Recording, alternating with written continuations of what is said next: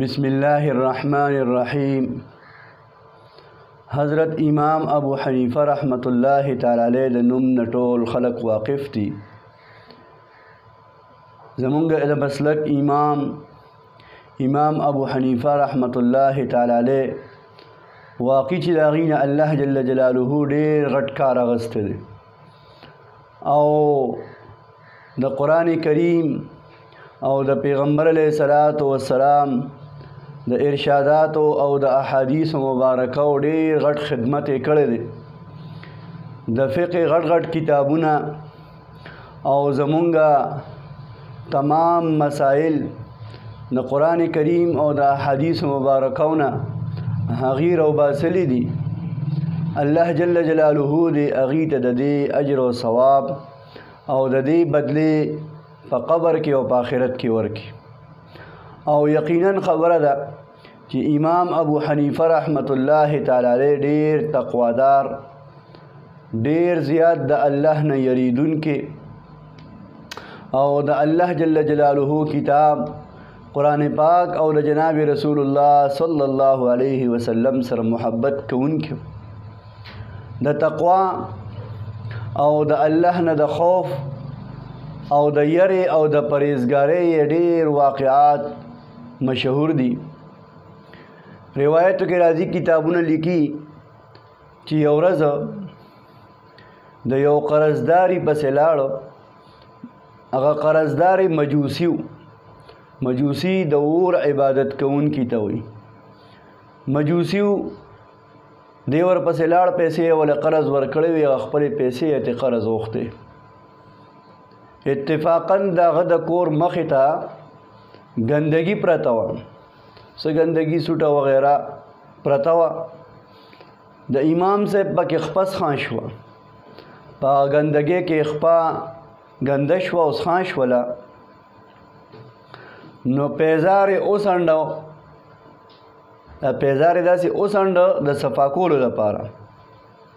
نو د قدرت کار ته ګوره چې هغه ګندګي د پیزار نه لاړه او د هغه مجوسي په دیوال ور پرېوته. نو څونه ګندګي به پرېوتي، پیچې غوندې به ور پرېوتي. امام صاحب ډېر پریشانه شو چې اوهو زما د وجې نه د یو کس دیوال ته نقصان ورسېدو، دیوال یې ګنده شو. دې ته تقوا وایي، دې ته پرهیزګاري وایي چې بل مسلمان تم نه مجوسي دی، بل انسان ته د انسانیت ورسره فکر او قدر دی چې د بل انسان دیوال ته نقصان ورسېده زما د وجې نه، دا دیوال اسخان شو، ګنده شو. امام صاحب پریشانه کېږي چې اوس به څه کېږي. پخوا خو د خټو دیوالونه که دا ګندګي را لر کوم، دې سره د ده دیوال خامخا به رېجېږي. ګوره هسې سوچ وکړو، سونه خوره به د هغې دیوال نه را لر کېده، څه چاټکې خوره خو به نه را لر کېده، پیالې او ګیلاس خوره هم ترې نه را لر کېده، پیچې غوندې لږه غوندې خوره به ترې را لر شوې وه. خو دا هم هغې ډېر غټ نقصان ګڼه چې د ګاونډي او دغه رنګې د یو انسان دیوال ته نقصان ولې ورسو. او که ګندګي دغه شان پرېږدم نه، دیوالې به دې ښکاري. دا هم ښه خبره نه ده چې زما د وجې نه د یو انسان دیوال چې کوم دی دا بدي ښکاره شي. عجیبه تقوا وه، عجیبه ورع وه، عجیبه پرهیزګاري وه. موږ د خپل ځان ته هم لږ سوچ وکړو چې زموږ د وجې نه انسانیت ته څومره نقصان رسي، موږ د انسانیت څومره قدر کوو. نو امام ابو حنیفه رحمت الله علیه د مجوسي دروازه وډبوله، وینځ یې راووته، ورته وایي نیک ته دې آواز که، مالک ته دې آواز که، آقا ته دې آواز که چې امام ابو حنیفه راغلی دی. مالک چې راووت، مجوسي راووت، هغه وایي چې بھائی دا خو امام صاحب دی او خپل قرض پسې راغلی دی، په مینتونو او په زارو شو، یاره جي نشته را سره او سبا به درکړم او کار خراب دی.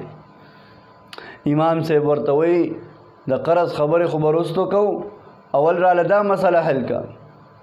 ستا په دیوال باندې ګندګي انښتې ده، که را لر کوم یې ستا نقصان کېږي، یو چونډۍ خوره به ستا د دیوال نه را لرې شي، دا ښه خبره نه ده.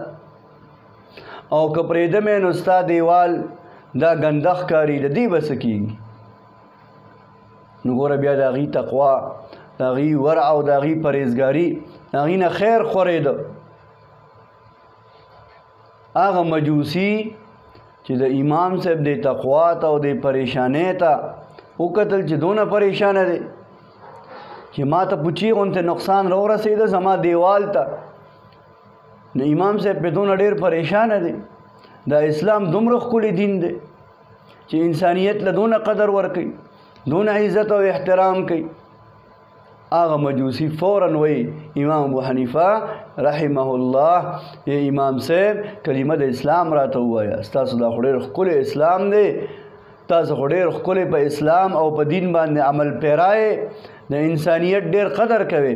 هغه مجوسی د امام ابو حنیفه رحمت الله تعالی علیه د تقوا او د پرهیزګارۍ او د خوش اخلاقۍ او د انسانیت د دومره قدر د وجې اسلام کې داخليږي او مسلمان کیږي.